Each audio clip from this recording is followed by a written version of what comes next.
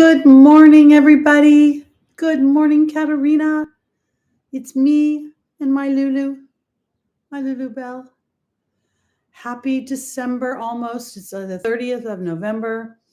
We're going into the last month of the year. Oh, Jesus, thank you for this year being over for me. I've just been ready to say adios, 225, 2025, whatever it is. I'm going to put her down now, but she wanted to say hi to everybody. Well, nobody's here yet, really. Good morning, CC Pups. Maybe you need to hang out for a while. We'll let the room fill up a little bit. Happy Thanksgiving week to everybody in the United States. We went and had a lovely Friendsgiving with a neighbor. Good morning, Outer Spice. And Lulu was a champion, I have to tell you. And for those of you, I know that Katerina for sure, I'm pretty sure CC Pups, maybe even Outer Spice. I don't know your regular names. We have a little contest. I ordered a DNA test for my little Lulu here, and we've had quite a few entries, which is fun. But if you want to guess Lulu's breed or her mix, give them a look at your face. Look at your face. Let him look at your face. There we go. If you want to guess her breed, the first person to guess it correctly or comes the closest will win a 20-minute reading or a one-question reading. So that's pretty terrific. All right, I'm going to start, not do any nonsense. I'm probably seem very ADD for the people in the playback, which I am. Okay. For those of you that aren't aware, I posted December's video yesterday, the monthly video. It's action-packed with tons of stuff. I can't even begin to tell you how incredibly crazy these times are. I mean, I know I say it all the time, but it's off the charts. And in 2026, we're going to see huge, at least 6, but 7 big planetary shifts. And so I go over all of that in that video. Check it out. It is not geared towards, I'm moving away from whole sign astrology. I'm finding it too homogenized for me. So in looking at the chart in Placidus, I'm kind of tasking you guys to look at how the planets and where they are falling, because the way my chart is rolling, if I was to be in whole sign, I would not be getting what Spirit's trying to bring forth for me. I would not be able to look at what I've walked through this year with the same lens. So I really, really want to encourage you to do that. Especially, I don't want to say especially, every one of the signs is getting their I got to say the aspects are just kind of over the top. 17 degree Sag rising outer spice is pretty special. Anything that's close to 14 degrees of Sagittarius, I think, gives you magic, and it's just a matter of applying and plugging into that magic. The great attractor is ultimately, like, to me, the laws of attraction. And when we start to think about what that has to offer us, oh my gosh, outer spice, you are all over the place. And even though Mercury is in detriment in Sagittarius, this is where the task is to be able to sit down every day and imagine your expansion, imagine your bounty, imagine your benefit, imagine you traveling into foreign experiences. And I'm not talking about going on a vacation. I'm talking about experiencing things that feel magical. That's what this whole teardown is. This whole deconstruction of what we believe and how we've operated is really to prepare us for a more intensive awareness of our co-creation. And so rather than looking at our challenges as something that, why has this happened to me? Why is this happening to me?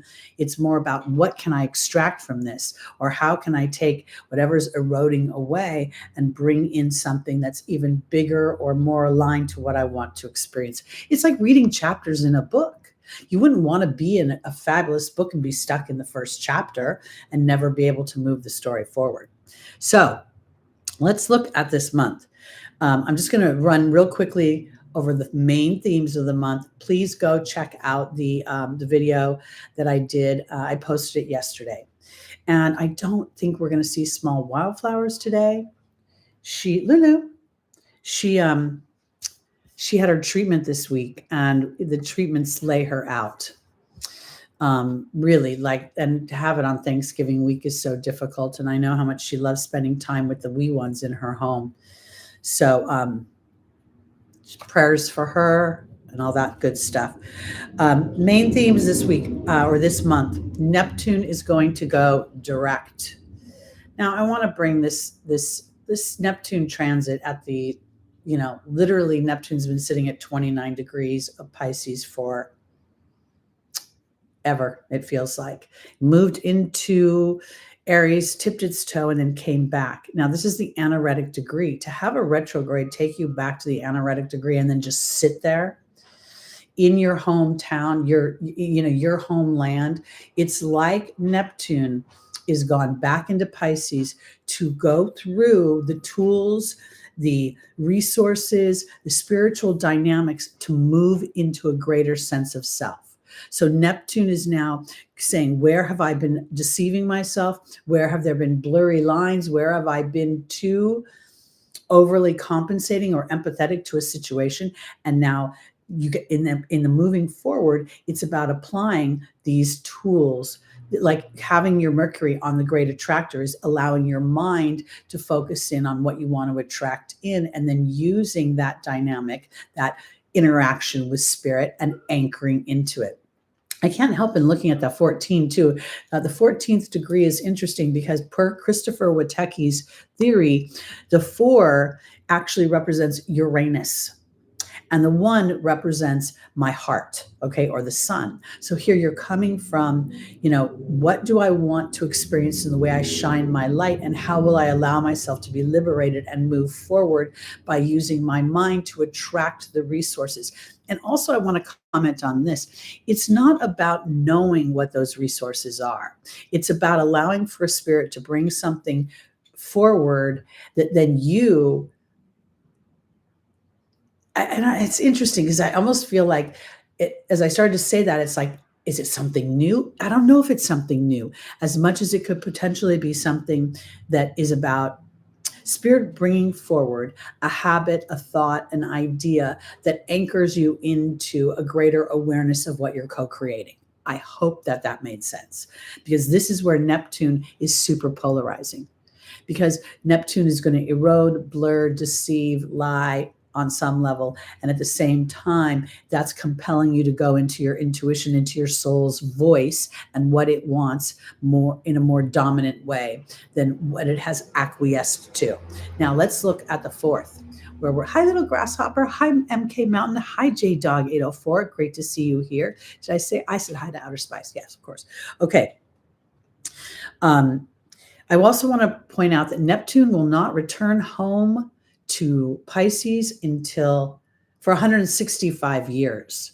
So this transit is so incredibly powerful, because not only do we have a soul's imprint in the 12th house, the soul occupies the human apparatus in the form of the DNA that serves it as well.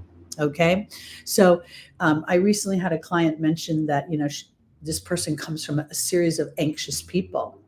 And I thought to myself, well, if you have a series of anxious people, my mother was anxious, I'm anxious, my child is anxious, then there's something about following your heart. Because to me, anxiousness is Spirit's way of letting us know that we're not slowing down enough to figure out what our deeper truth is.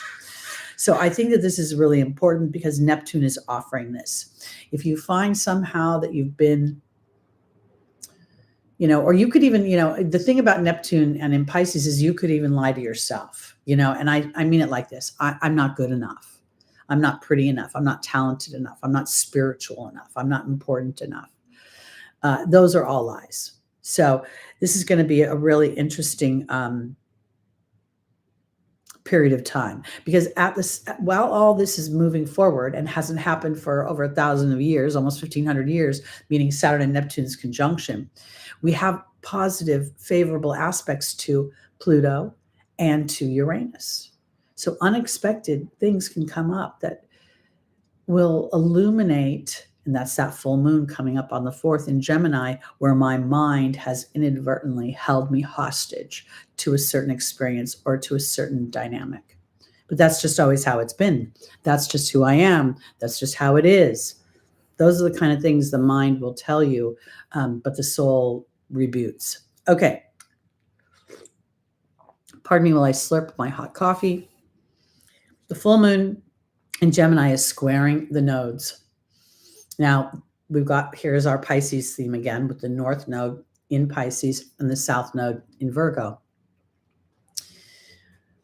The South Node in Virgo is ruled by Mercury.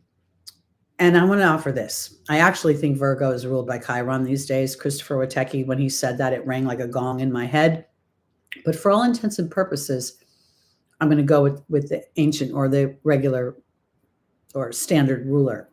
Because here, when I see this full moon illuminate something, okay, at 13 degrees, making a exact square to the nodes, it's illuminating somewhere where, am I allowing myself to dream?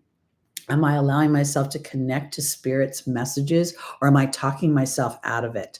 Because Spirit will give you messages in the weirdest way. And I'm going to tell you a little story in a minute.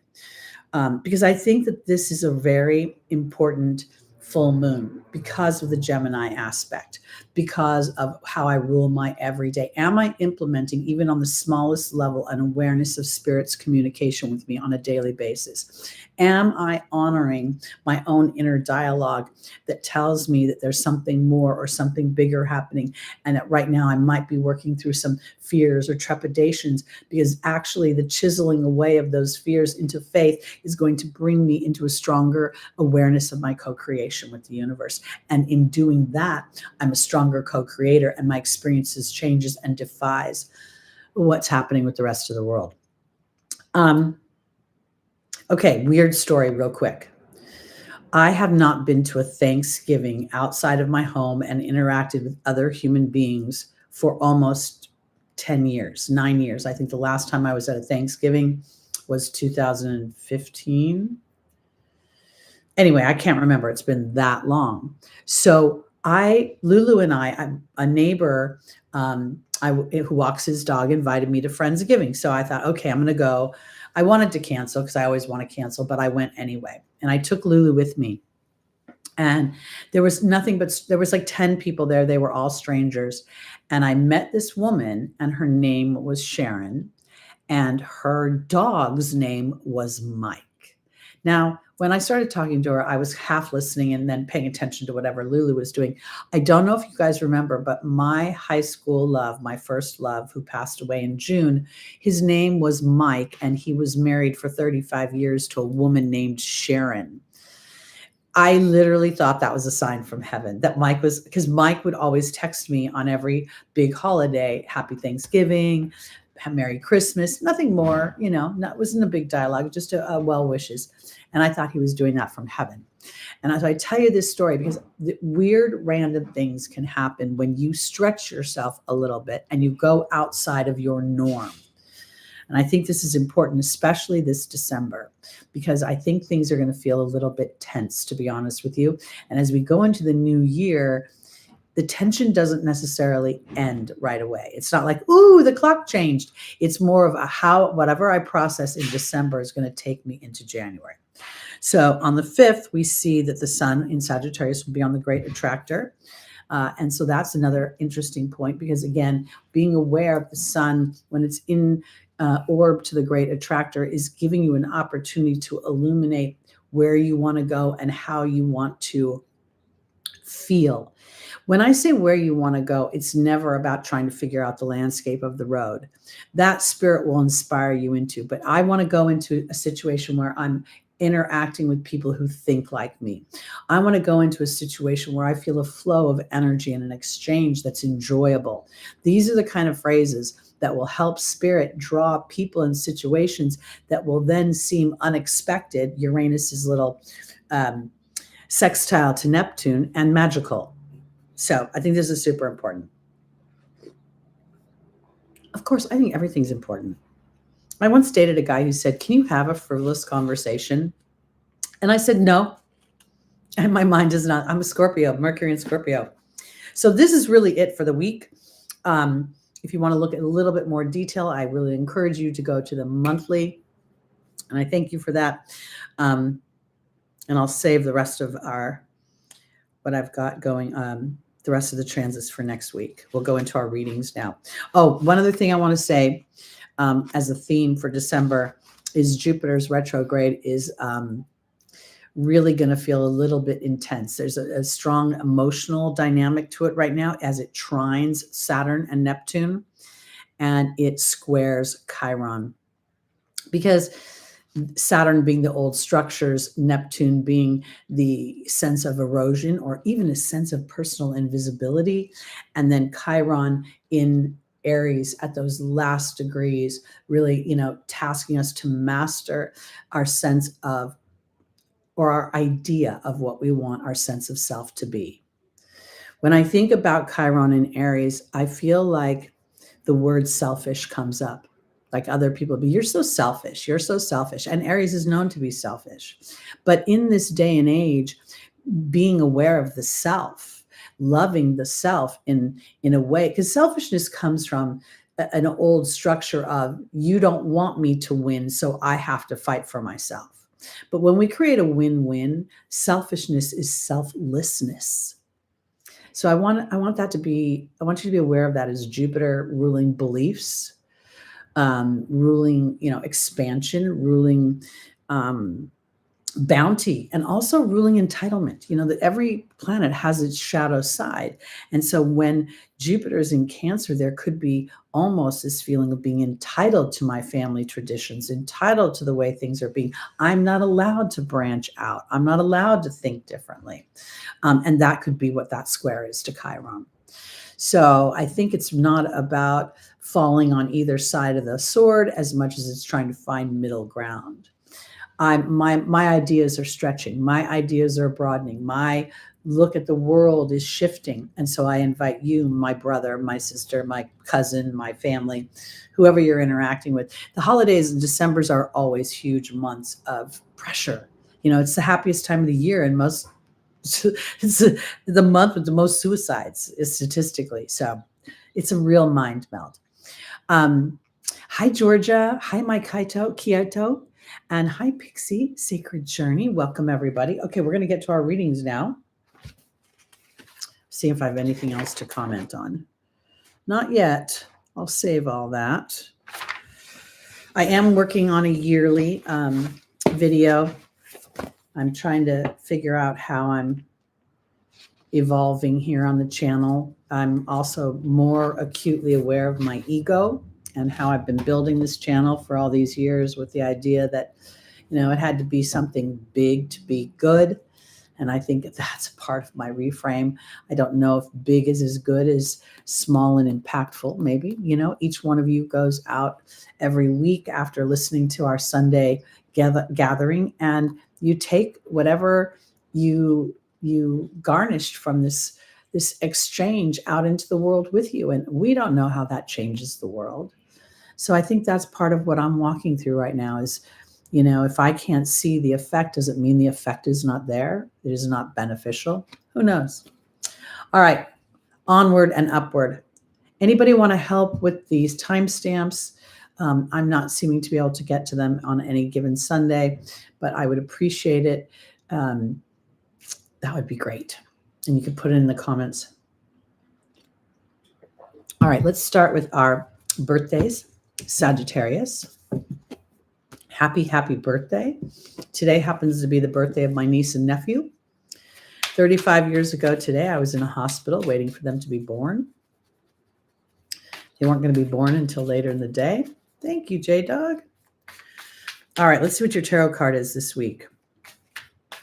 And I really want to emphasize for those, who have strong Sagittarius energy, you have a lot of benefits in your sign for connecting or anchoring in a broader experience. Between the galactic center and the great attractor, you have the ability to download information and then to be inspired by that information into co-creation.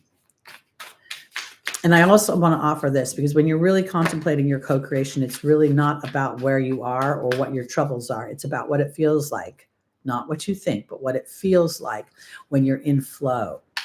when you're in surrender, when you're in serenity, because you can have troubles and be in serenity at the same time. And that is the ultimate goal of spirit, because the contrast serves us. It really does. The fear, the trepidation, the unsuredness is all the recipe for achievement, and to feel that achievement in a really great way. All right, Sagittarius, your tarot card this week is the Seven of Cups. This is emotions everywhere, all sorts of possibilities, up, down, all around. And I want to offer this because this is definitely an energy where everything has a duality to it. When you look at it in the traditional Rider-Waite deck, I always kind of focus in on the cup that has the skull and then the victory wreath. And there it is, in order to win the war, people must die. So this is going to be probably a week where you're going to be looking at the duplicity of maybe your emotions or situations. Let's see what's going on.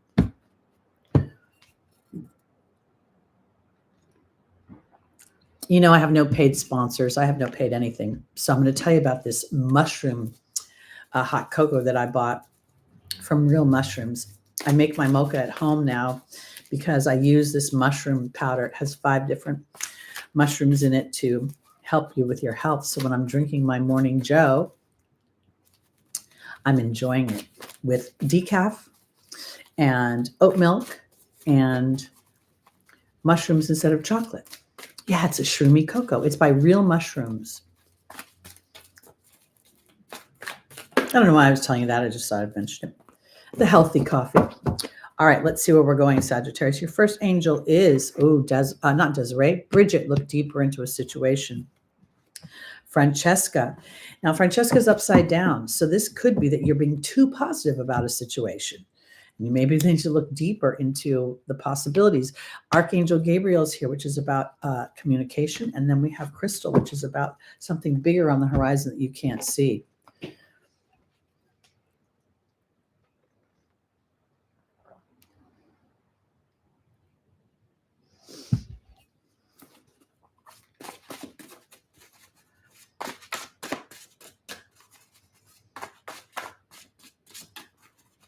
This full moon is in your, Gemini, in the opposing house for you. We know that the sun, literally, when it's a full moon, the sun is being reflected off of the moon, right? So here I'm thinking to myself, we're looking at a 13-degree full moon in Gemini, which is 1 degree away from the great attractor. There's a ton of possibilities here for Sagittarius and things that need to be looked at because everything has 2 sides.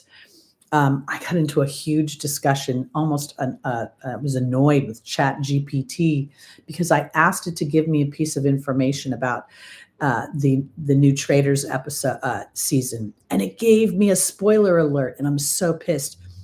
And we went into this discussion about how everything has duality, right? Every opportunity has an obstacle, and every obstacle has an opportunity. Sagittarius, you're being asked to very much look at that, because you've got to look deeper into your own truth. Bridget is saying right now, with this, the Lady of the Lake being upside down, you may be being too, either you're being too accommodating potentially to another situation or a person, but it's imperative that you go into a deeper truth, because again, this month of December is going to set up a lot of the experiences that happen for us next year. Francesca is upside down, which means that Francesca represents seeing things from a negative point of view. When it's upside down, it can be positive, but the hawk is trying to give you signs and omens. I definitely think there's something going on here where you might be walking into something with your eyes not completely open, or somehow you're not connecting fully. Yeah. Something is going on that has to do with interacting with another person. The partnership card is upside down. The communications card is Archangel Gabriel's talking about. I think that's really not a partnership outside yourself. I think it's the partnership with your soul. I think it's the partnership. That's the angel's advice. Archangel Gabriel's there. The communication is being indicated. There's a sense of insecurity. You may, sometimes people make partnerships with people because they're afraid to do things on their own, or they think, I don't know if I can do this on my own. because Crystal's saying have faith and hope, and there's something happening that's bigger. All right, I'm going to say this for my Sagittariuses. It is your solar return. It is your time to declare something. I think it's super important to use the retrograde of your planet, Jupiter, to go into your emotional body, into a deeper story of what makes you feel at home, what makes you feel nurtured, what makes you feel like you're building your home and hearth. Because somewhere there's something that feels a little off here. Like you're either giving up your power or you're not going to the full story. You're going, well, I can think I can get this. Something is off. And if it has to do with another person, then hold back and just wait, because there will be something that will be revealed for you. A full moon it doesn't necessarily have to happen on the day of the full moon, but I do think that things could be illuminated throughout this month for you. Keep your options open right now. And maybe something will come up because Mercury is retrograde. Mercury went direct on the 29th, which was yesterday. So it's still stationed. That could have something to do with it. Because Mercury is going to come back into your, migrate back into Sagittarius. All right, let's go on to our Capricorns.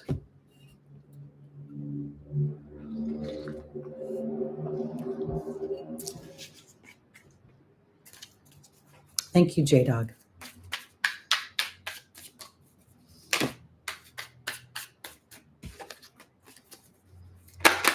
This is for Capricorn, rising moon, sun, and stelliums. And I want to offer this because the activity that's happening with Chiron in the late degrees of Aries and Saturn and Neptune hovering the world axis, all the cardinals are going to feel it. And it's like a double whammy, because early cardinals will feel it, late born cardinals will feel it, and then there's a ripple effect in the middle. So this is truly, if you're feeling, Capricorn's feeling this in square. And if we look at this is really kind of a tense moment of building something that's for you. And that might be what the tension is because Capricorn's about everybody else. Capricorn's about leadership. Capricorn's about authority. Capricorn's about, I need to be responsible to this. I don't have the privilege of doing it on my own or going my own way. Where Aries is like, hey, I'm out, I'm going to go do what I want to do. And then the Temperance, the balance card shows up. I think we're going to have to take that for our Capricorns. That seems pretty obvious. And I say that because, again, the Temperance energy for me is very Sagittarian. There is an expansive energy to Temperance. There is what's interesting, we also don't think, is that Jupiter rules lightning. And before Uranus was discovered, Jupiter ruled a lot of thunders and storms. Here we see this Temperance card saying that there could be potentially a dark moment that brings in a lightning strike.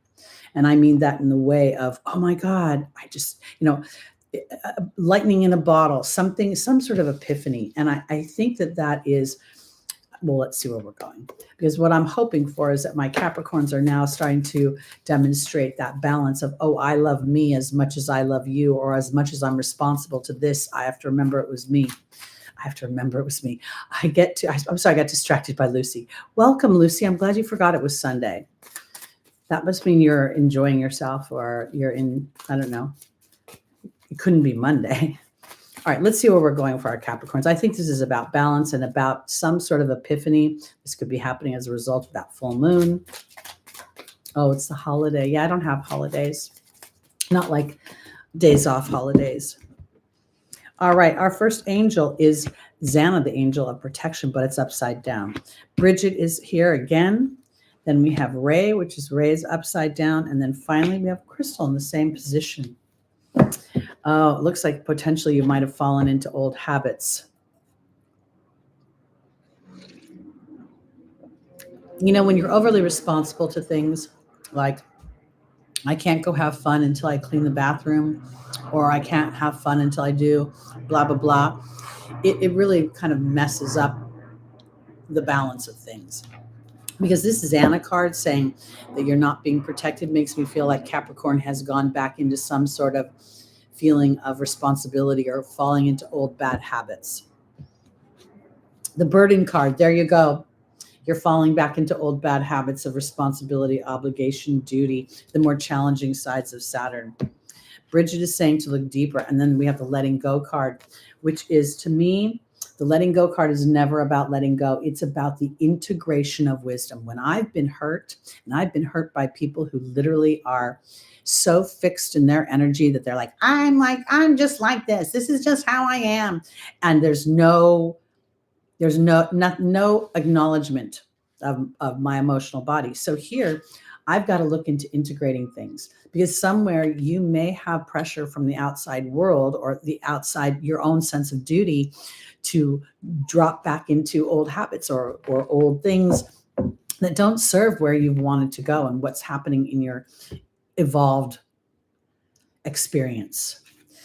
Ray is saying you're not connecting to spirit, and there comes your optimism, and your fire is your connection to spirit. And again, temperance absolutely represents a connection to the angelic realm. It has a very Sagittarian, Jupiterian feel to it. There's balance in everything, or meaning that is the earth plane. You cannot have light without dark. You cannot have dark without light. Crystal is being joined by the novice, and the novice is upside down. Your new beginning has, somewhere you've gotten into work mode, somewhere you've gone into old habits of, again, duty, responsibility, obligation, leadership, building, and I think that it might be tripping you up a little bit. I do too. I dance when I do chores. I put on good music and I dance around. But here, this doesn't feel like dancing at all. It feels as if somehow everyday life has gotten caught up. And maybe that's the Mercury retrograde a little bit, And again, Capricorn, Saturn is your ruling planet, and Saturn has been retrograde. It just went forward, and it is in Pisces. So I would say that the main theme this week, and what I think will be illuminated for you during this full moon, is that you're kind of falling back into old habits that aren't serving where you want to go. And when you trust a bigger picture that you can't see with your eyes, with, smell with your nose, hear with your ears, you'll start to feel it with your gut. And that'll start to feel good again. Yes, happy Sunday and the last day of November. The beginning of Sagittarius season. Everybody's bellies are full from Thanksgiving, I hope.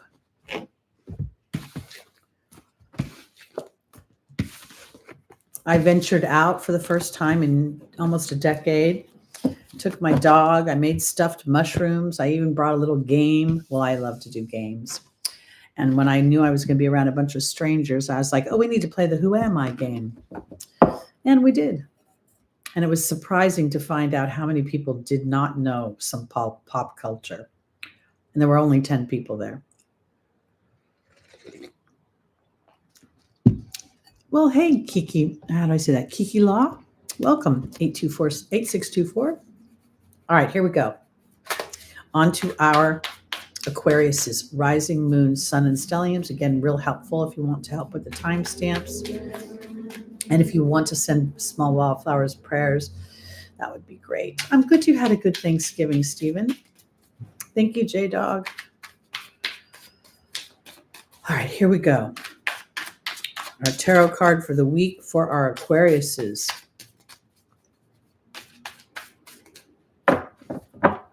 And we're talking about Aquarius rising. Moon, sun, and stelliums. Oh, the Page of Swords. This is the beginning of new thoughts, new ideas, and they're not implemented yet. When we look at this guy, he's pulling out his sword. He has not taken aim. He is not, we don't know whether he is,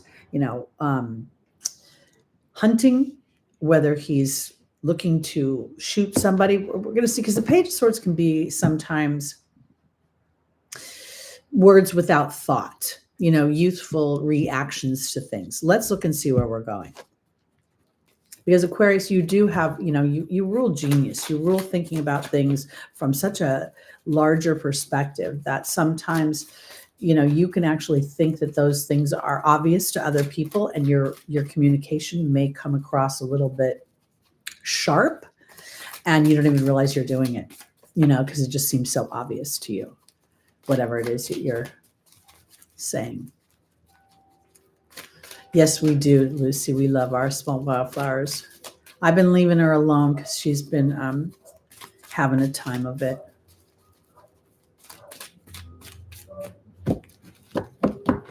All right, our first angel for our Aquarius is Maya, but she's upside down.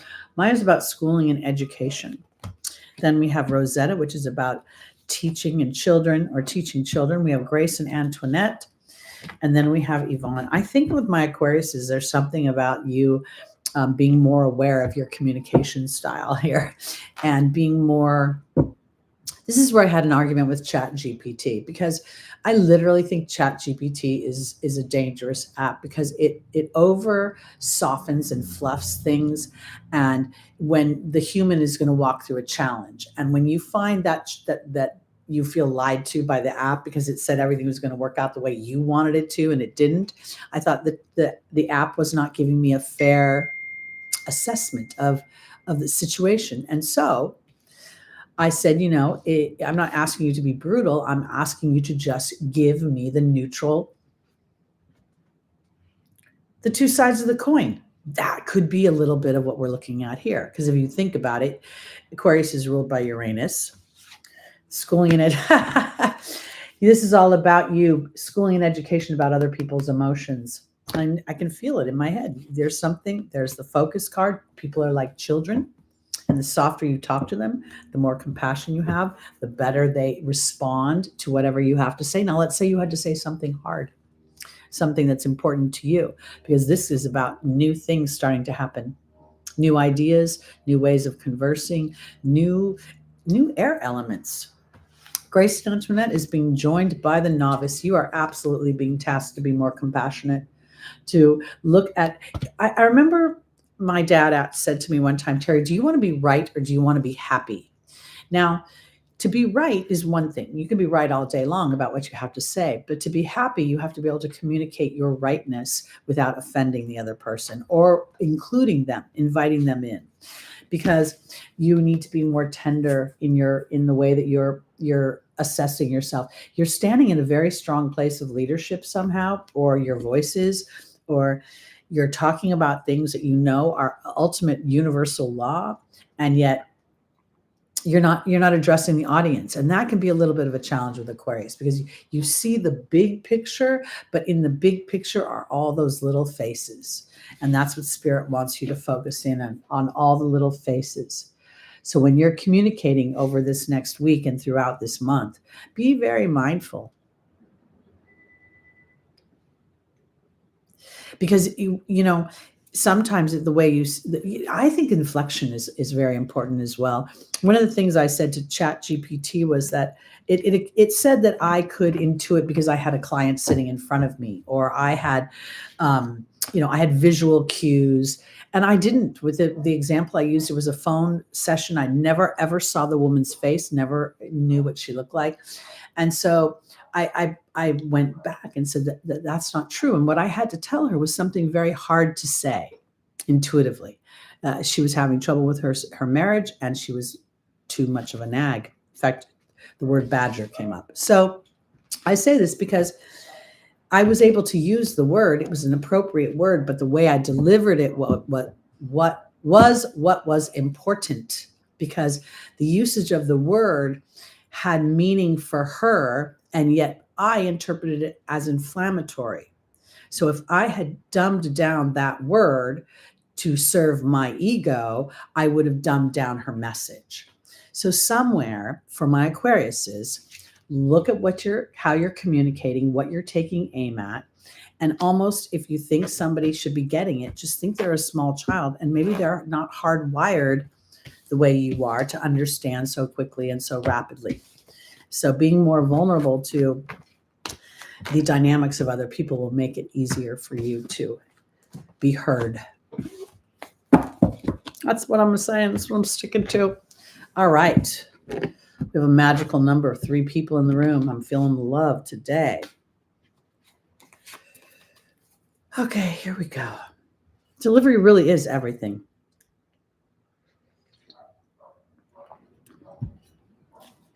All right. Here we go. On to our Pisces. Oh, now I have one person in the room. It says, God bless.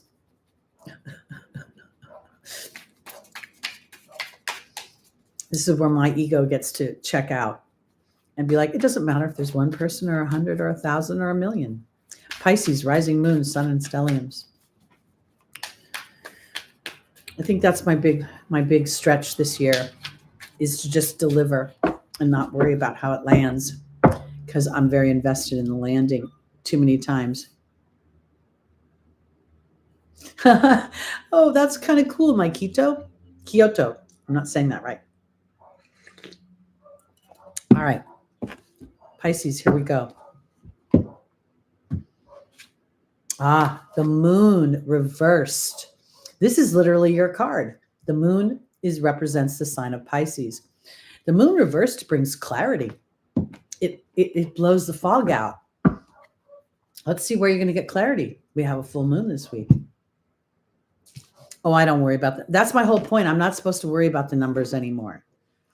That's what I think part of my whole big stretch is. I got caught up somewhere in aging, literally aging. I need to do this because I'm getting old and I don't have anybody to take care of me. That is the worst platform. I mean, not the worst. I'm sure there are worse platforms to manifest on, but it's truly a bad platform to manifest on.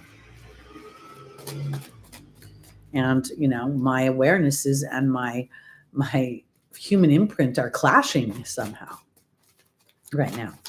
All right, Pisces, let's see where the clarity is coming for you. Kind of exciting. I like clarity. I'm all about clarity. All right, Adriana is reversed. Adriana represents being led by spirit. Then we have victory in the form of Omega. In the angel's advice, we have Fiona, who's saying, now that you ask God and the angels for help, be open to receiving.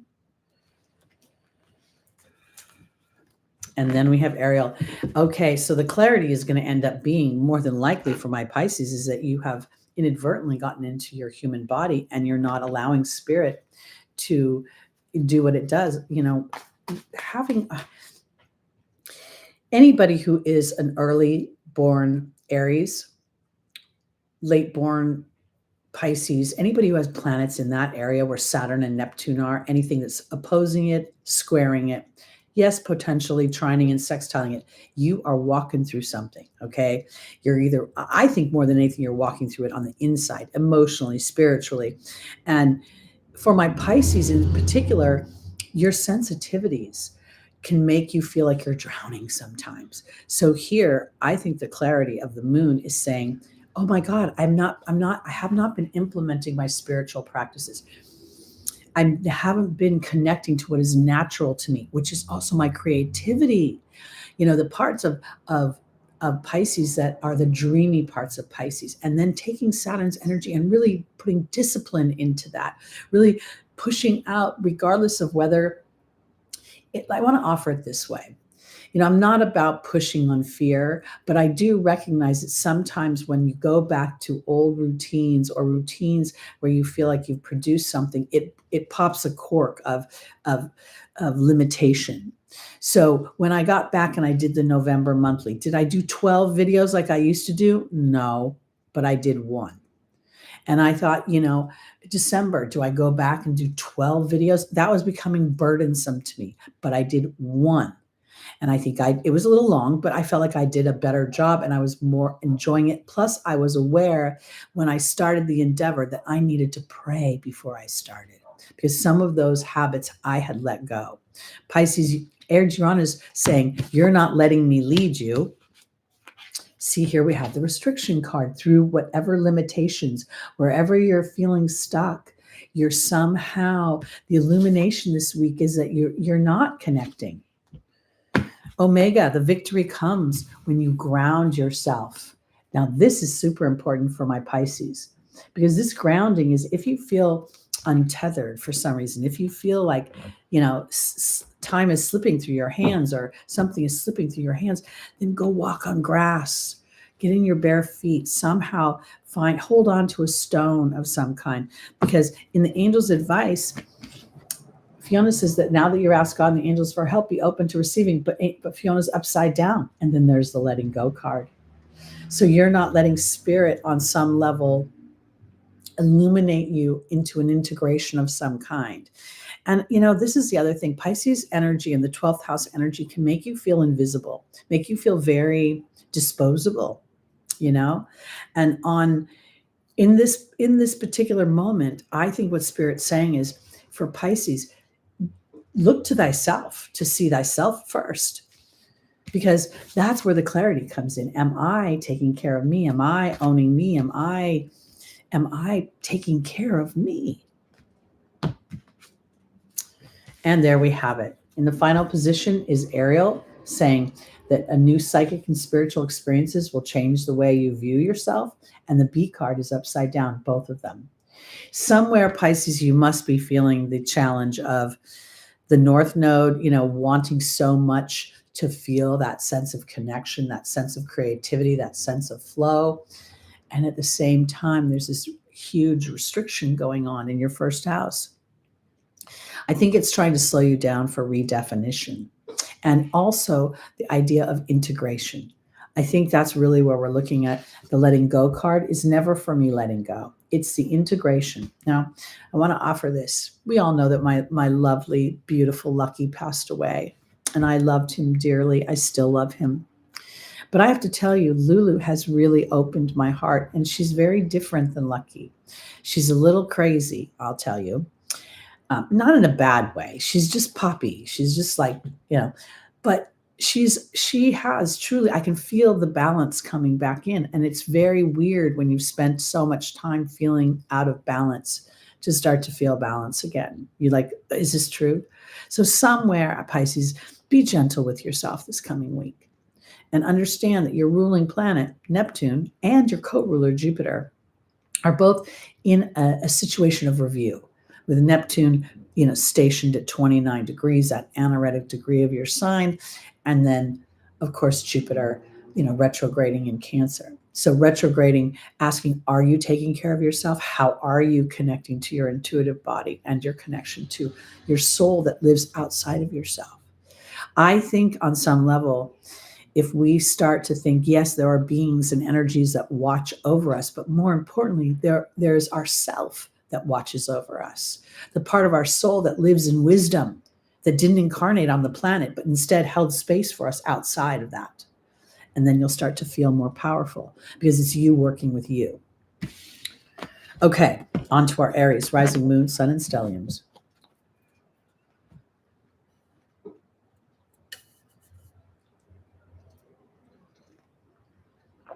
I think that's a great, when you use those exercises and you tell Spirit how it feels when you're living in the energy that's most aligned, you'll be really, really amazed at what happens. I've been asking for signs from Mike for a really long time. And, Mike was always so quiet in life. He didn't talk much. He had 12th house sun, 12th house Mercury, 12th house moon. And when I was talking to this lady and she said her name was Sharon, as I said, I know Sharon is Mike's wife's name and I know her. And this woman, I was half listening. When she said she had a 21-year-old dog named Mike, I literally, my head spun and I laughed and I thought, how funny is it that Mike would come through that way? Because Lucky's gone. So I almost felt like Mike was saying two things to me. One, that he was wishing me a happy Thanksgiving and that he was watching over Lucky too. Maybe I made too much of it, but it felt good to me. All right, Aries, let's go. Not easy to be Aries energy right now, let me tell you. I know from personal experience. I have my south node at 3 degrees of Aries, and I have my rising at 26 degrees of Aries. I'm being pummeled by Neptune, Saturn, and Chiron.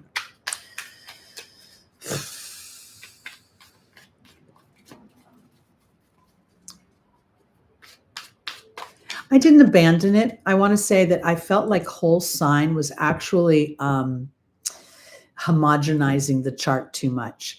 My Kyoto, I'm a 26 degree Aries rising, which puts most of my first house in the 12th house.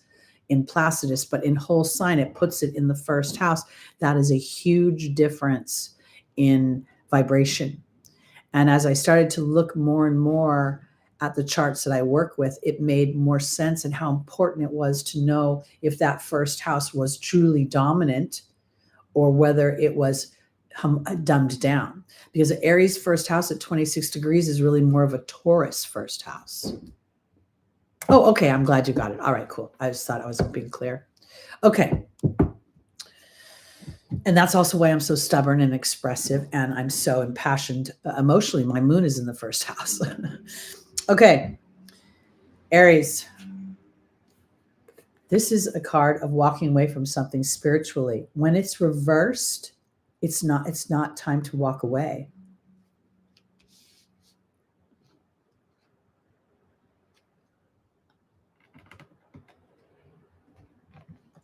I'm lost. October 14th was a long time ago now.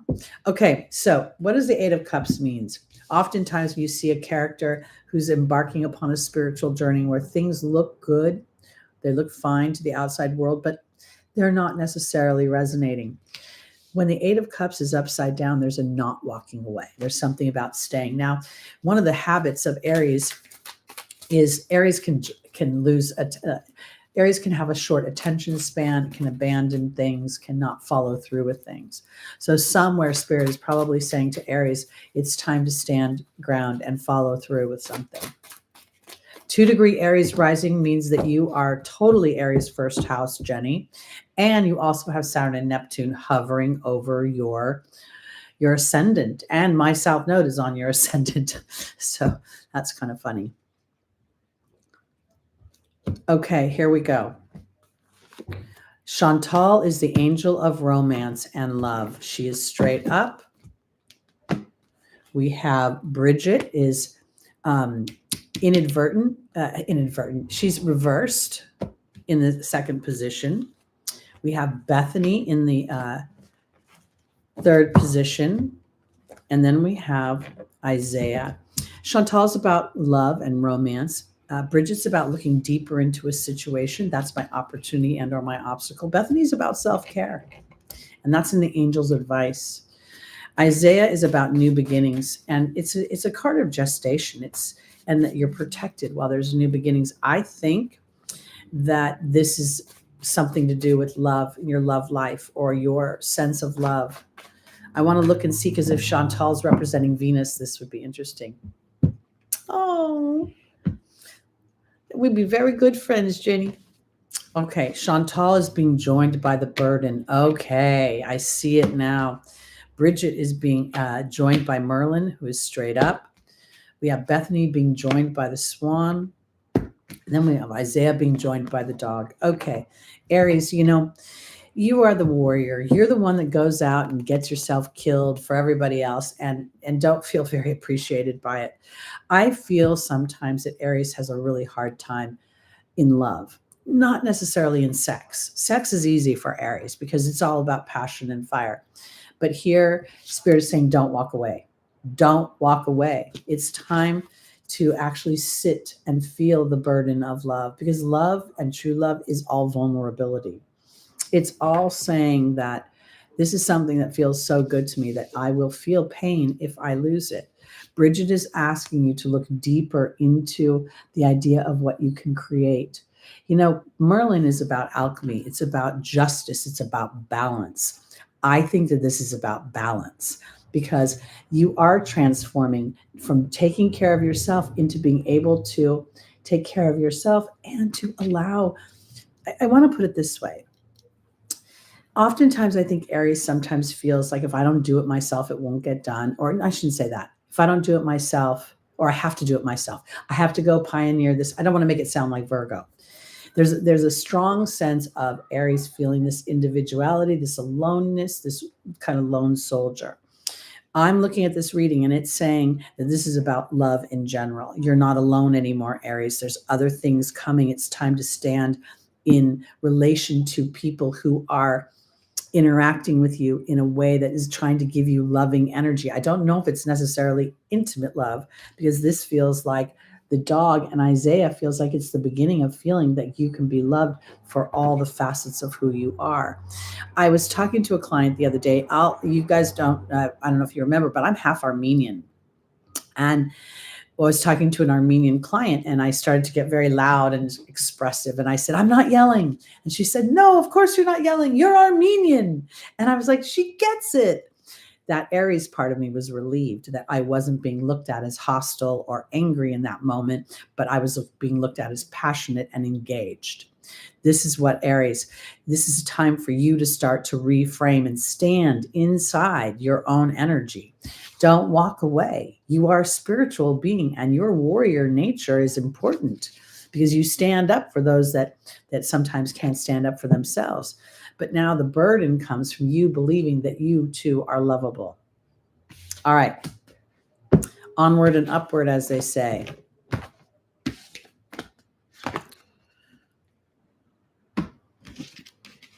Lula's just sitting here by my desk on the floor, sleeping, being such a happy little girl. She really is a pretty easy addition to the home, I must say. She got a little annoyed with me the other day. I was bothering her. I kept hugging her while she was trying to sleep. And I remembered, oh, let sleeping dogs lie, because she popped up and she gave me a little she didn't growl at me or anything, but I could just feel that she was like, could you please leave me alone? You're bugging me right now. All right, Taurus, are you ready? Now, to further make my point about the Placidus house system, I am a Taurus moon. And with my Aries rising at 26 degrees of Aries and my 9-degree Taurus moon, that places my moon very close to my ascendant and, makes me sort of a warrior of emotions. So I kind of really want you to look at this from a little bit deeper place, because first house placements are who you are. And if you push all that into whole sign, it can really change how you would interpret it. And it may feel off. Okay. Yeah, she gave me a warning kindly. She did. And I said, you know what? I'm good. I got it. My Kyoto, my love of my life was a 5-degree Taurus moon. And I'm a 9-degree Taurus moon.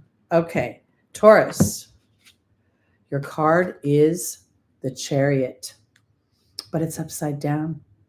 Now it's interesting because the Chariot, oftentimes when you look at the traditional Rider-Waite deck, the actual Chariot is cement wheels. It actually appears to be a solid structure. It does not appear to move. It blocks the base chakra and a bit of the sacral chakra. Most of it is covered with moons and stars, representing the sign of Cancer, but also representing your emotional body. When it's upright, there's a fight, right? Between two different ways of going, or two different philosophies, or two different instincts. Here, the fight is over. This is the interesting part. This could infer that there has not been victory, but I don't know where we're going yet. So let's see. Because the fight being over would maybe be an emotional fight, one where two sides of yourself are arguing about something. Oh my goodness, Lucy, our moons are conjunct. We are fast friends then. We would absolutely get along great. Anybody with strong Taurus energy, I of course love that. I'm steady. I'm pretty dependable, and I'm damn stubborn. Oh yeah, especially when I think I'm right. I'm even arguing with ChatGPT. Okay, here we go. Yvonne is about vulnerability. Isabella is about, yes, the timing is right. This is what brings happiness. Oh, Taurus is funny because Taurus is slow to build, slow to emotionally, especially the Taurus man. Wants time and experience, and often will show its affection, especially a Taurus man, physically, and so here it looks as if a decision has been made. Rochelle is inverted. She talks about following your heart. And then Ray is the connection to the angelic realm. And here that's upside down. So let's go. I think Spirit's saying it's time to make a decision to be vulnerable, to follow your heart instead of your practicality. That's one of the things about Taurus. It's the sign of insecurity, because Taurus rules, your self-worth in the form of Venus. It rules your family history and how you were raised. It also rules your resources. Okay, Yvonne is being vulnerable to your emotional body. Okay, this is a little bit of the practical side of Taurus, the side of Taurus that, that earthy side that says, if I need to see your garden growing, I need to see what you're building in the way of resources. Isabella saying, yes, the timing is right to look at your thoughts. And are your thoughts contributing to what you want? Because we're going into a place where Spirit is saying you're not following your heart or your truth. Because look, there's the Lady of the Lake, and there is the Rochelle and the Angel's Advice. I would say that what's happening here for my Taurus is that if you feel a lack of victory, it's time for you to default to whatever your heart wants, whether you know how that's going to play out or not. Your focus, you know what? This is such a challenge. This is lack of focus and lack of connection to Spirit. One of the things I have experienced more and more is, I know somebody asked me today if I'd give discounts out. And I said, no, I don't. And sometimes I've been, I've got Venus in Virgo going through my work house, and it's been slow. People are dying. Dogs are dying. I've been emotional. And at the same time, I know inherently that when I get in balance, things will start to come back online. I don't need to see it anymore. That's something I've built and I've cultivated. Overall, Taurus, you get to make a decision to be vulnerable to how you feel about things versus what you can see with your mind and your eyes. To always focus in on the potential lack or the divot, the I'm not good enough. It's time to put that story away. And it's time to start doing that with your connection to Spirit, meaning when you feel insecure about something, thank you, Spirit, for giving me an experience to anchor me into the earth plane that I have plenty of resources, or everything that I want will be handled or taken care of. Because it is a momentum. It's always a momentum. And the more momentum you have in this place, the easier it is to plug in when you've experienced a divot.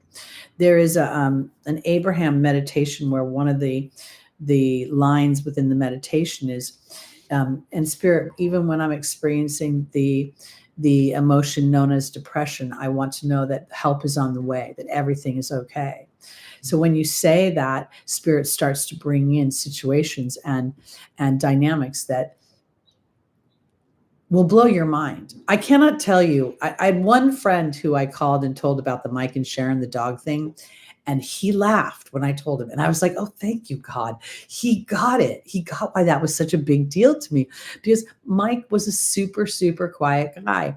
I live almost, 2 hours from where he had his family and his wife.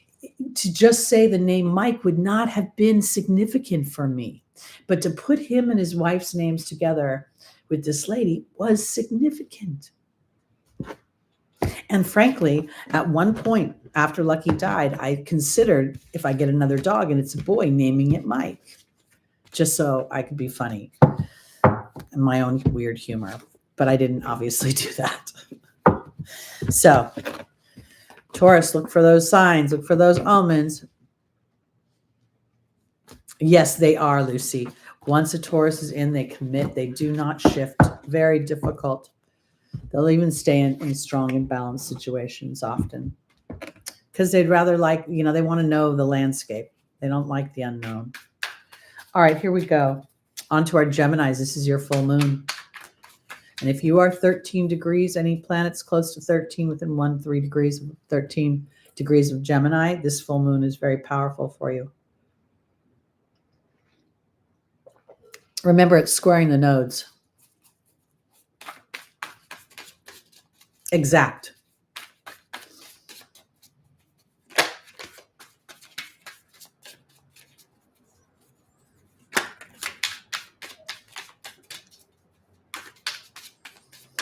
All right. What is our tarot card for our Geminis?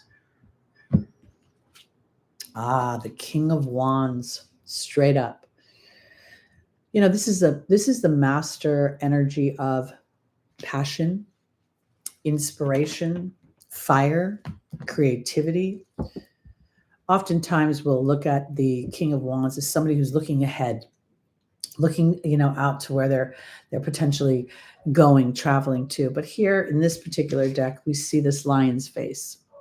This is about looking ahead to the courage of your heart. What do you want? Now, when you're a Gemini, you can think, my mind is your most powerful tool. But I think that this idea of the twin idea, the idea that Gemini can bounce between both sides of the coin, the light and the dark.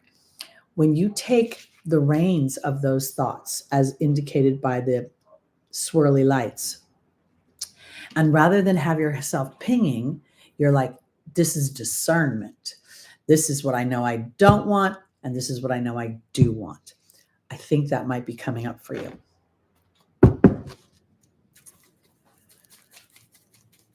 The descendant as Gemini, well, that would be, obviously there's a Sagittarius rising there. That in some ways, when I think about the descendant, it's going into the house of service, right? If you think about it, if we're going this direction. So I think the descendant kind of represents where the ego steps aside and we step into our service. And with Gemini, to me, that's always going to represent the idea of information. How do I dispense that information? Gossip, things like that. Will I be the higher vibrations of the Gemini energy, or will I default to the lower vibrations?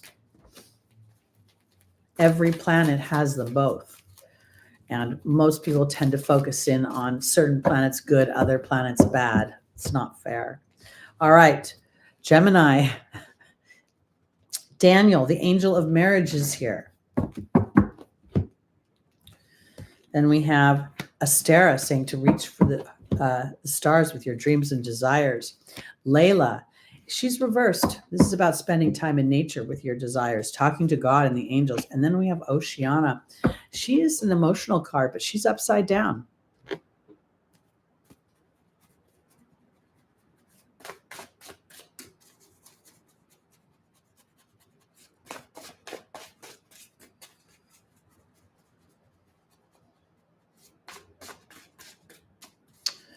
Well, I suppose on some level you could call it closed doors, because the sixth house is the house of service. It's a house of slavery.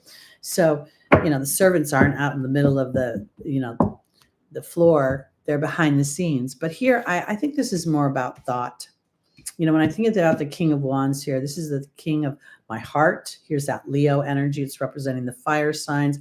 It's taking that mature element of reason. All the kings are more cerebral, where all the queens are more nurturing and emotional. Now here we're looking at this cerebral approach to my passions, to my fire, to my creativity. Daniel is the angel of marriage, but he talks a lot about our history. And then we have the birth and the rebirth card, but it's inverted.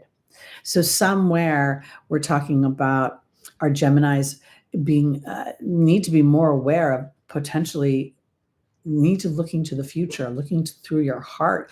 This would feel almost as if your history is repeating itself in some way, or the potential of it. Astera says to reach for the stars with your dreams and desires, and then the frog is upside down. The frog is about leaping to a new lily pad. It's about cleaning your mental house. It's about releasing of emotional baggage. This would indicate that you're not doing that somehow your history is preventing you from rebirthing into a new dynamic.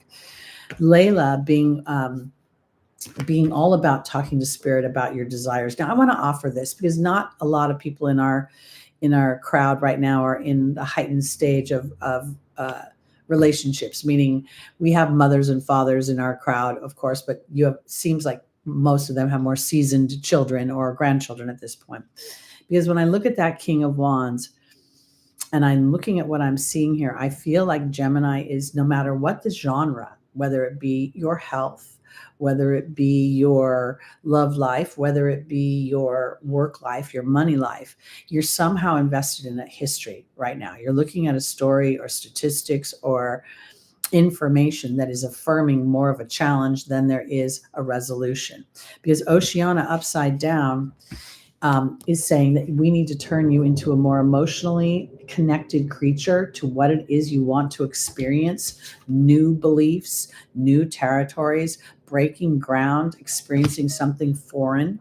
And that could be either a relationship, or it could be, I want to say this for Gemini, whatever you're walking through right now, you must be walking through it with information that's coming at you, or and this is Spirit somehow saying we need to focus in on what you want from the inside out.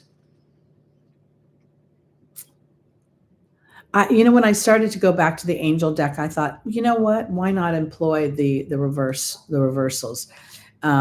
Because I never thought that it could be a block of energy versus a flow of energy. And so that's where I think the subtle shift in my readings came, and makes it feels a little bit more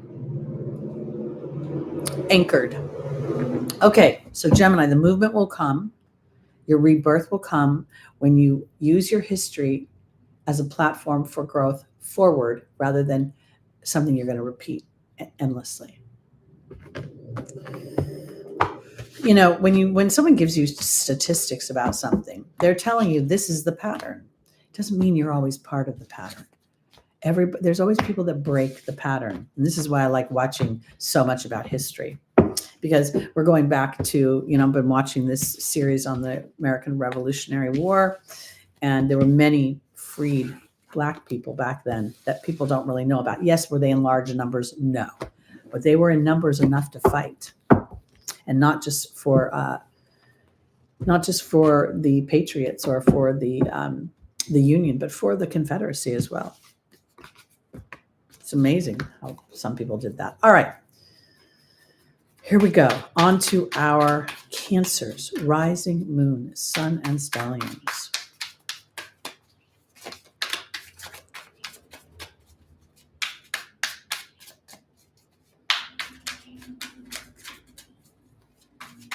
I swear Lulu reminds me of my sister a little bit, because she is on and up and playful and busy, and then she's out and asleep and quiet. My sister was like that. All right, here we go. Cancer, your tarot card is the Four of Pentacles, but it's upside down, which means if you've been feeling stuck, that's going to open up. It's going to release. Something's going to become unstuck.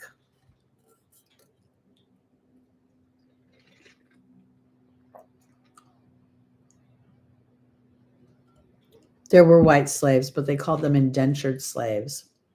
So what happened is they went to Scotland and Ireland, and they said, we'll pay you, you get to, if you work on my land for the next 10 years, then we'll give you your something. And half the people died before they ever, so it was a different kind of slavery. But there was slavery everywhere. And there was controversy over it for a long time. And nobody talks about the years from 1754 before 1776, which were very tumultuous. All right, here we go, Cancer. Let's see where you're going to be unstuck, or where the possibility of being unstuck is, or to stop hoarding something. This is also a hoarding card. Okay, first angel is Ray. She's straight up this time. Yay. Oops, then we have Astera, straight up. We have Maya, but she's reversed. And then we have Athena. Okay, so Ray is your connection to spirit. Astera is saying to reach for the stars. Indentured servant. Did I say that? Oh, I get it. Okay. Wow. That's pretty cool. Oh my gosh, that's so interesting, J-Dog. I love that kind of stuff. Did they live through the 7 years and make it onto get their freedom?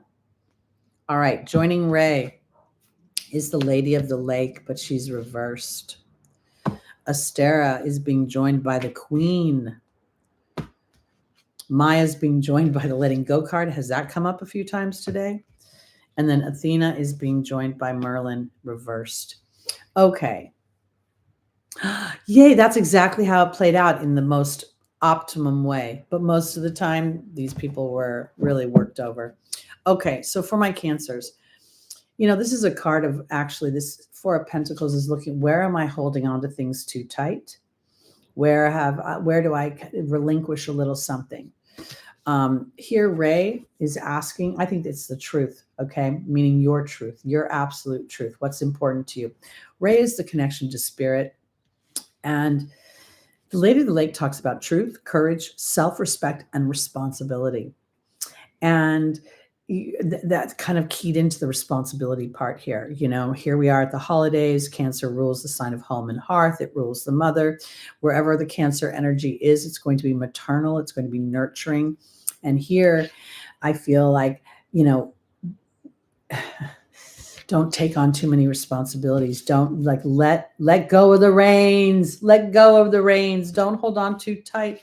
Sit back and receive as the queen. Reach for the stars with a new experience. Because in the angel's advice, you're not employing what you've been learning. You might default to old habits. The letting go card is really integration. Why can't I ever get this right? It's really integration, right? It's where wisdom is extracted through a challenge. And then here, Athena is saying it's safe for you to be powerful, but then Merlin's upside down. So to me, I feel like this is really, Merlin is about justice, alchemy, and balance. I think for my cancers, this is about letting go of the reins. This is about not holding on so tightly. Whatever it is that you want to experience, loosen up and allow it to flow to you versus trying to pull it in. Spirit is absolutely saying that is this connection to spirit, allowing for the timing of things. Sometimes certain signs feel insecure in limbo, without an answer, yes or no. And that is a disservice to the truth of who they are. Because when Cancer can tap into that maternal energy of, I'm your mother, I know everything, right? I have that I in the back of my head. Then you start to receive the things you want, but at a higher vibration than where they've been. One of the challenges with the Cancer energy is it can be overly maternal and then overly compensate and then feel stuck because they're not getting that back. So now it's time to unstick. That's the reverse. It's time to do something a little different. It's time to implement balance, because Athena is literally saying you're not doing that. So I want to offer this. I do some weird stuff, okay? Like I make myself a dinner and then I'm halfway through dinner and I start cleaning up the dishes. I don't know why I do that. It's a weird habit I have. And I will notice myself every once in a while say, just enjoy the meal. The dishes will still be there. You're only 2 feet away from the sink. But these weird habits that I have as I've gotten older, and some things are so ingrained in me that I don't recognize why I do them. Part of this whole cleaning up thing comes from my mother never cleaning anything. So I don't know how to be comfortable while there's things in disarray. So in my awareness, I can let go of that and relax more. I hope that made sense. Germans, the Scots, a lot of white Europeans were indentured slaves versus just slaves. And they had like an elevated experience by about this much, but not much at all.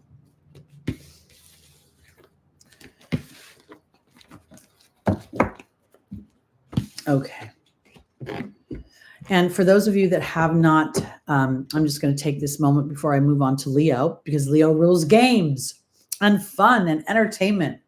So I have a game. Some of you have already submitted your guesses, but I am offering a 20-minute or one question reading. Limit of time is 20 minutes. If you want to guess Lulu's breed, we should have the results in right before Christmas. And the first person who comes closest to guess what she is, I've done a video.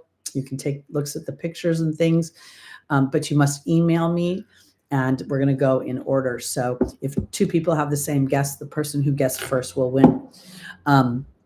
So Just want to make that quick announcement. I know the dishes aren't going anywhere, but I have this weird thing with my dad thinking I was a slob. My mother was a hoarder. My sister's a very, very disorganized human being. And I don't want to call her a slob, but slob might be a word that would be appropriate, at least the last time I hung out with her, which was 10 years ago. So I have a real aversion to disorder. I don't think I have OCD or any of that kind of stuff, but I definitely have like a level below it, because my mother was such a pig and my sister was such a slob, and they could sleep and eat in dirt. I can't. I cannot. I have to make my bed every day. I rarely don't make my bed. I rarely, jump up in the morning and start making a video before I make sure the house is clean. I'm just weird like that. And yet I enjoy it. Okay, I know those formidable years.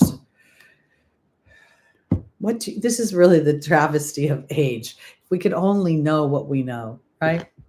All right, here we go. Leo, what will be your tarot card this week? The Wheel of Fortune, and it's upright. And look at this smile. All right, my Leos, I know that you've got Pluto opposing you, especially you early born Leos. Oh, you do, J-Dog. That is so cool that you turn over surgery rooms. Oh, you must see some stuff. Oh, you must see some stuff. Well, I guess it's better in that, I'd rather see it aftermath than during. And I'd rather be in a surgery room for people than for dogs or animals. I'd freak out. But Leo, the Wheel of Fortune is shifting. Now, when I look at this character, she has a smirk on her face, okay? And I feel like that's what Spirit is saying. It's this week, it's about starting to think, it doesn't matter whether the wheel has actually turned yet, but to be ready. I like camping, to be honest. That's my Taurus moon. Put me in nature. I can sleep on dirt and I can glam. I can do both. Oh, you're a dental assistant. Oh, that's not as bad. Oh, MK, you're a dental assistant. Oh, the dentist is a real scary one of mine. Husband is Leo rising. Oh, there's a lot going on.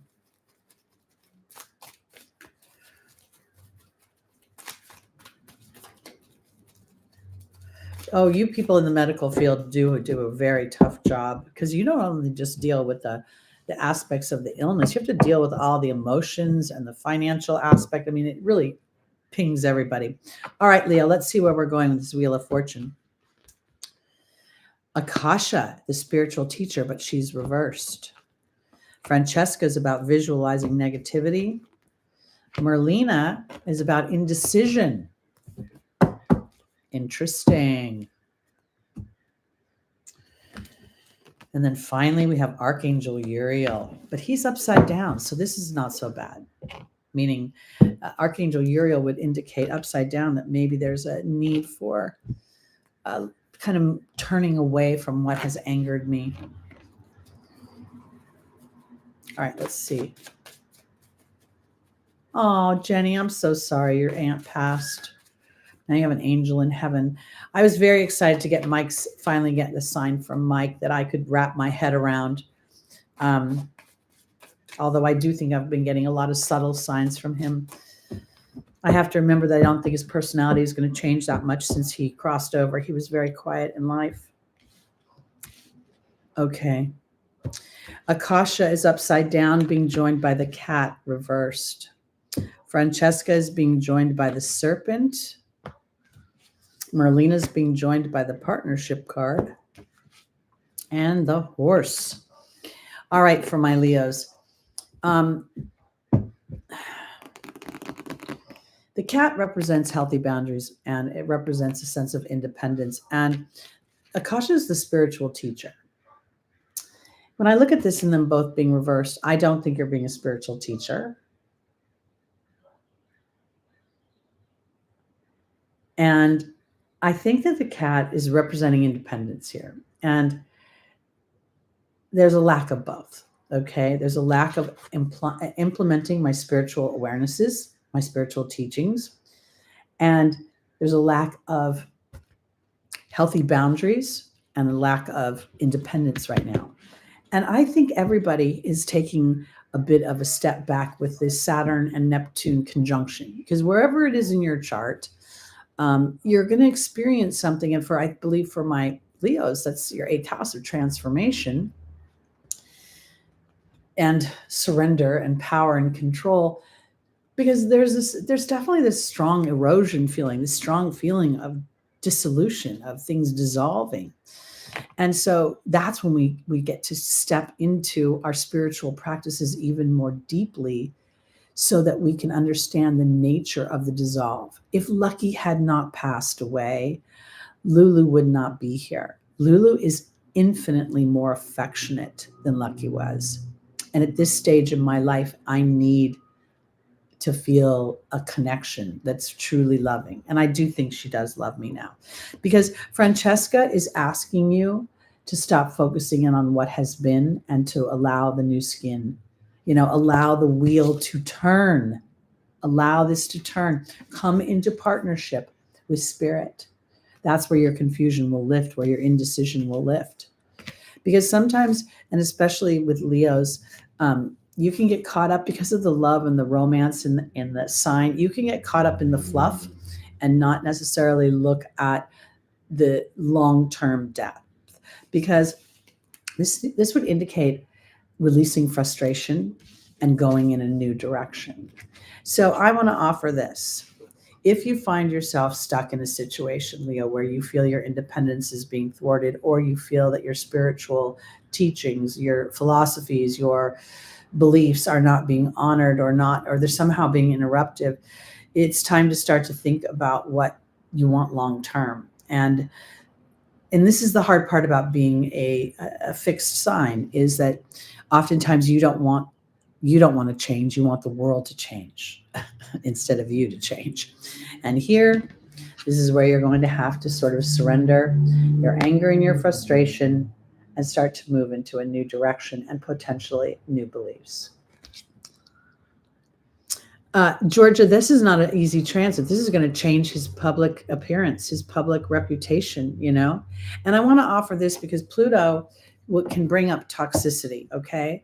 But that can also transform into the manure that makes your south node grow, okay? So he's going to, what's happening is there's an erosion of his bad habits. With Pluto conjuncting his south node in the 10th house, whatever house that is, there's a Capricorn flavor to the house, being the 10th house. And in that could be potentially an over obligatory way of being, overly dominant, overly Saturnian. So when we surrender to the erosion of that illusion of power, then we can come into a broader sense of who we are. And maybe for him, with the Leo sun in the 10th house, I should think about that for a second. Hold on. Does that make him a Scorpio rising? Leo, 10th house, Aquarius, 4th house. Yeah, Scorpio rising, right?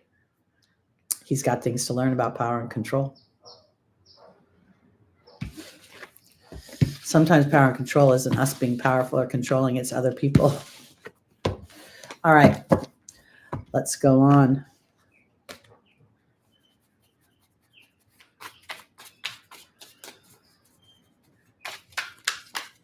I've had Pluto conjunctions my whole life. I've had Pluto conjunct my sun. It does not mean that your light is going to be extinguished or that you're going to die in any way, but you will be transformed and forever changed. And oftentimes that can be for the benefit. All right, here we go. On to our Virgo rising moon, sun, and stelliums. Yes, Venus is exalted in Pisces and Jupiter is exalted in Cancer. Woo! If you think about it, so many of the planets in their exaltation don't make sense.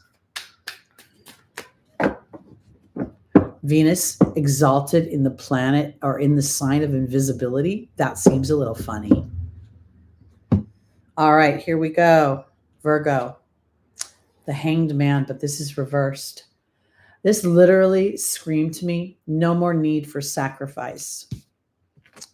The Hanged Man represents a pause, represents things turning upside down, looking at them from a different perspective. It also represents sacrifice. Let's see where we're going.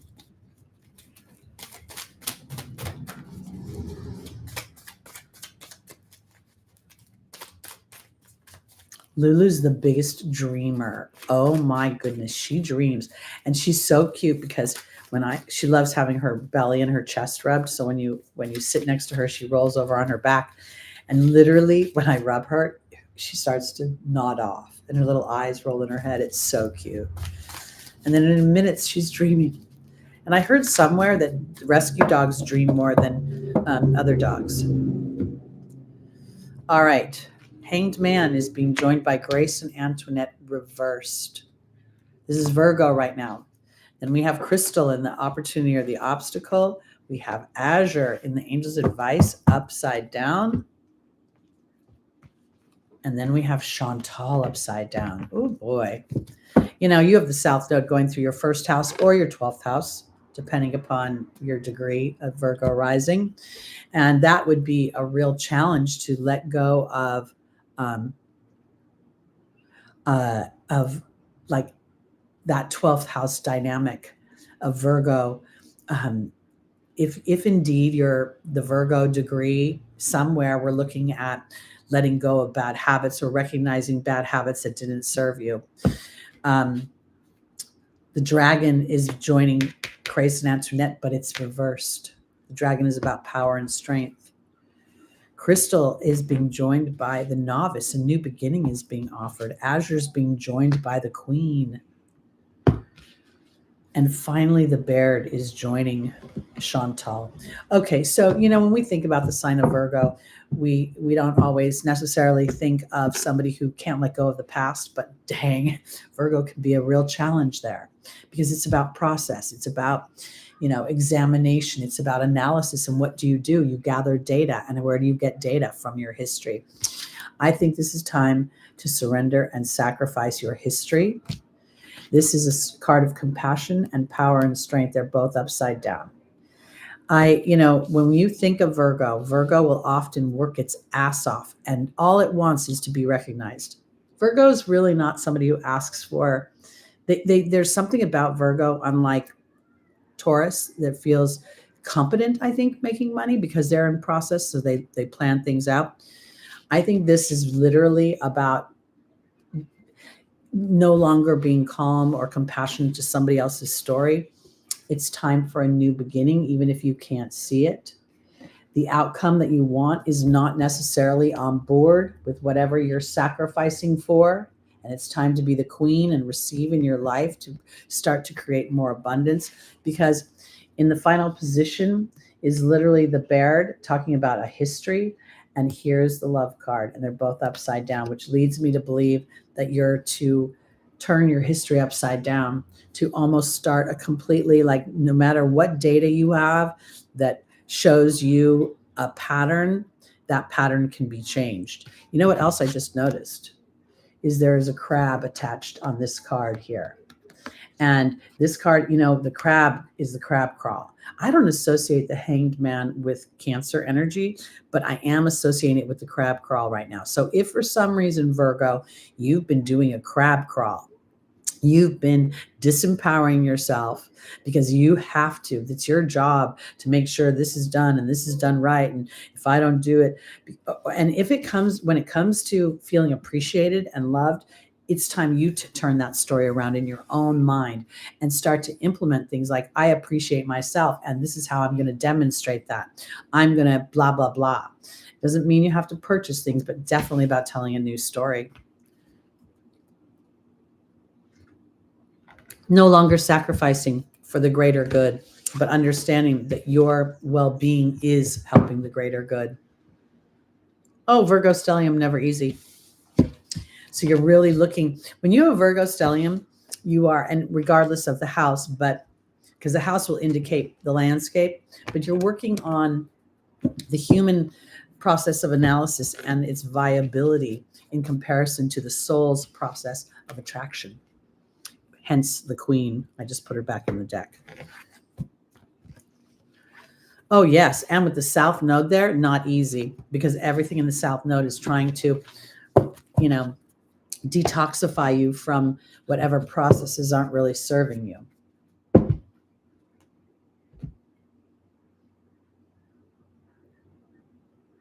Oh, how fun. You did a tea candle to manifest money. That's always nice.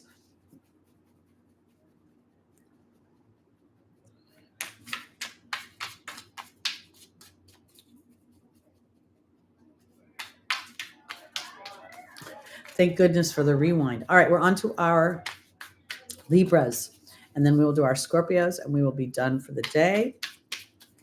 Again, I would like to encourage you all to send prayers to Small Wildflowers.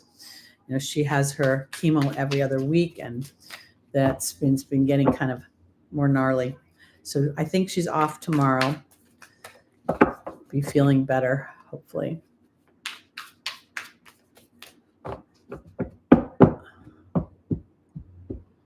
Okay, Libra, your tarot card for the week is the Queen of Cups, but she's reversed.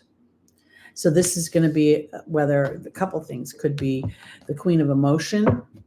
When we look at the Queen of Cups, we're really looking at double emotion and intuition and this nurturing energy. Thank you, Stephen. Thank you, J-Dog. You know, Libra is the sign of the zodiac that weighs and, you know, and assesses fairness, you know, seeing both sides of a story. And the angel Crystal just flew out of the deck. She is inverted. That means that we're not having faith right now. Daniel is representing a history, also represents marriage. There's Archangel Michael, which is about courage to make changes. And Omega is here, but in reverse. Okay.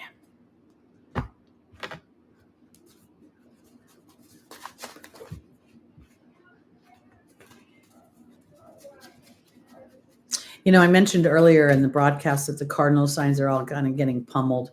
The early cardinals as well as the late cardinals, because of the square or opposition to Saturn and Neptune, and then of course Chiron traveling through Aries. And I know that Saturn and Neptune are not in Aries right now, but they've been creeping around the big early degrees, so you can feel the energy.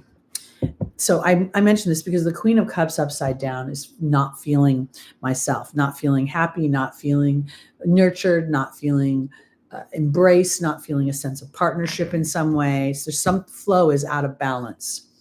The Grail Knight is asking you to have a sense of sacred devotion to your future and to a future that is not written, but one that is within your heart chakra, one that is in your intuition, one that is, you know, oftentimes we look at life and go, these are the possibilities. And the longer we're in life, the less the possibilities open up. Well, I'm old. That's not going to happen. I'm old, blah, blah.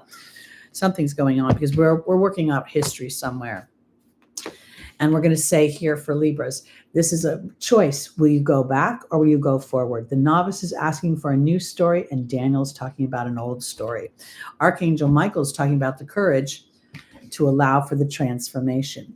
This is the challenging part. Oftentimes, and this is one of the things I was fighting with ChatGPT about, because ChatGPT can give you a watered down response, especially in intuitive readings, because it's afraid that it's going to trigger you into doing bad behaviors.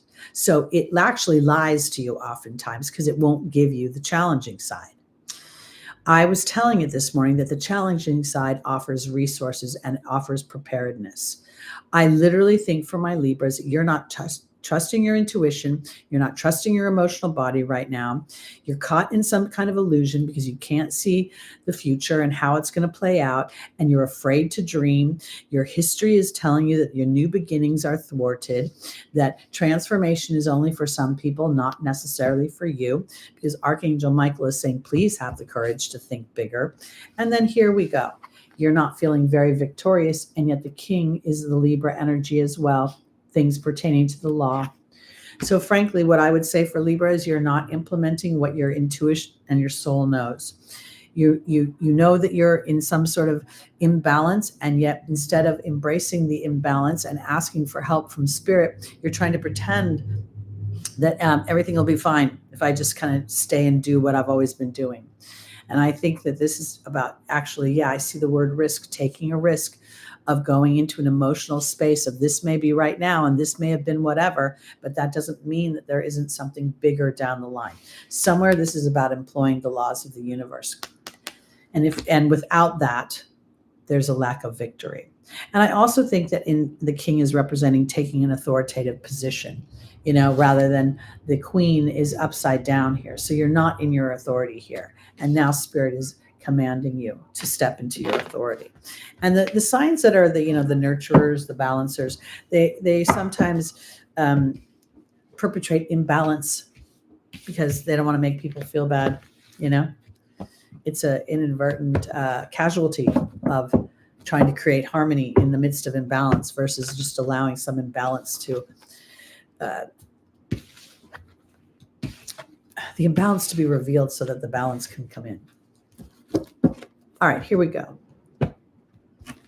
On to our final sign of the day. This is our Sagittarius. Is, I think, the most intuitive sign of the zodiac, and therefore tasked with the most responsibility of being aware of your emotional body. I know it's not fair, poor Scorpio. But the power and control and the amount of psychological awareness that you have, it's really powerful. It's really wonderful. I mean, it's literally, when it's very, very good, it's amazing. And when it's very, very bad, it's very amazingly bad. Meaning it can be very stingy and very scary, but very loving. All right. I'm so drawn to the more challenging energies, and yet I'm always drawn to their light side. I don't know what that is. Maybe that's my Mercury in Scorpio in the 7th house. I have Neptune there, my power of fortune there. All right, Scorpio. You're being tasked with balance this week. Again, all of our fixed signs are getting nailed on some level by Pluto. Scorpio is ruled by Pluto. Mars is currently in Sagittarius. He'll be moving into exaltation soon, which will be actually very nice for you. But here somewhere, you're also being tasked with being fair. Let's look and see where we're going. All right, my Kyoto, so wonderful to see you. Have a lovely day. I hope you'll be back next week. Don't be mad at Pluto. Pluto is really your friend, because Pluto is trying to remove the toxicity before Cancer begins in your life. And I say that because Cancer is not just a physical thing. It can be a philosophical thing and a way of disempowering ourselves that puts us constantly in challenge. And I want to say this too, because not every Scorpio is the powerful one. Sometimes the Scorpio is actually the one that gives up their power to something else. Let's see where we're going.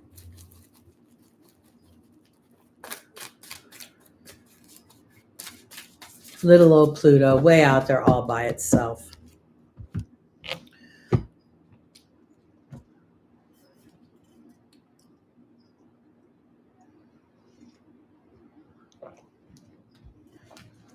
All right, we have Maya, schooling and education. Bethany is about self-care, but she's reversed. Vanessa is reversed. It's about faith over fear. And then finally, Chantal, which is about love. The Justice card reverse could be about partnerships. And not every partnership is an intimate one, people. So think broader. We have partnerships with all sorts of things. Our dogs, our cats, our food.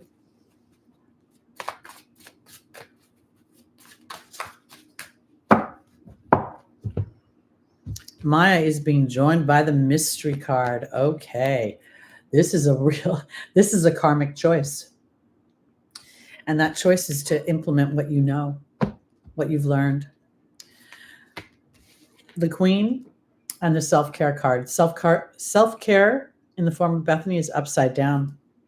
If you, Scorpio, are in any relationships where you're not being honored, your truth isn't being honored, or you're not honoring someone else's, it's time to rethink it. I tend to think this is more about Scorpio being in a situation where they know something intuitively and they're not knowing how to manage it, meaning something needs to shift. Vanessa is about faith over fear, and the hawk is about signs and omens. Chantal is about love, and the cat is about independence and healthy boundaries and 9 lives. This is what I want to say. Again, I'm not sure that my crowd is, or my tribe is all at the heightened stage of dating and, co-creating. So being of more mature ages, I think this is now a choice for my Scorpios to look at life as being more open. Maya talks about schooling and education, but it's schooling and education of choice. And sometimes when we're a fixed sign, especially Taurus and Scorpio, they get shut down when they've been hurt. Okay, get quiet or get stingy, move away. The queen here is really indicating to me a feminine energy of reception and to take care of thyself through the idea that I'm already giving, I'm trying to say in the reading that you're not giving life to balance somewhere. Whatever's happening, Scorpio is throwing it under the bus as if something's not going to happen. And Spirit's saying, even if something is slipping away, something is changing or shifting, that doesn't mean there's new life. Because there are signs and omens that something is supposed to be happening. But your doubt, your fear, your trepidation, whatever is taking over, the lack of balance is taking over. Chantal is about the resurgence of love. And the cat here is 9 lives. So it's not about healthy boundaries here. It's not about independence. It's about giving life to the idea that justice, harmony, the things that justice represents, the Libra relationship of give and take, exchange of energy, it's all still possible. But part of it is you entering into that energy with an awareness of a give and a take and implementing that give and a take. And I think part of it has to do with right now, Spirit, and just feeling a sense of that life can get better. I can love my life. I can meet people that I enjoy. I can, whatever I love. I just don't feel like that's coming through as intimate love, not in relation to Maya and the mystery card. It's almost like if Scorpio has been hurt, Scorpio went into hermit mode and quieted down and said, I'm not going to do this anymore. Just forget it.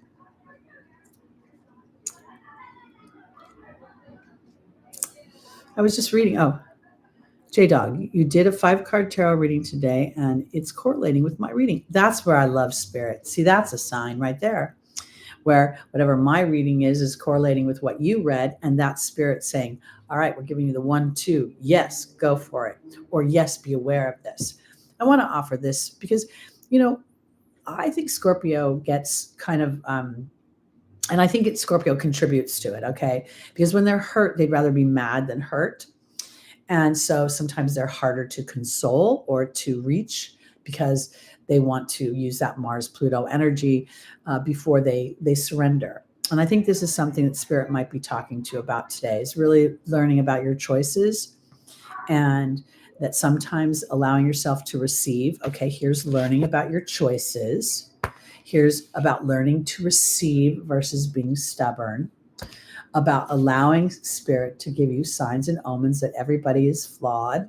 And sometimes when you love somebody and their flaws show up, it doesn't mean that they're permanently flawed, and it might be time to give somebody another chance.